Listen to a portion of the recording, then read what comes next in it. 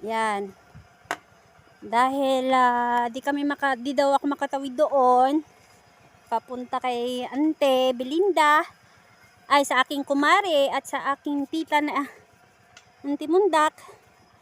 Dito kami dadaan para makatawid doon.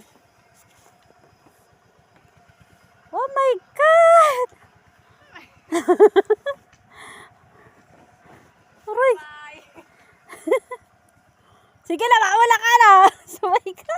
Nasa ilog kami, guys. Nasa ilog kami. My God! Oh.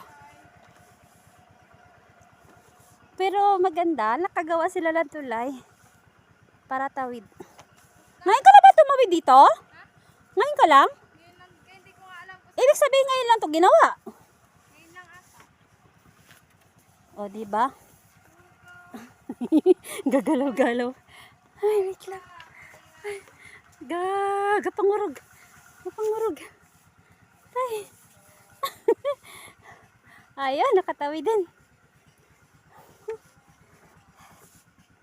Ayan. Oh my God.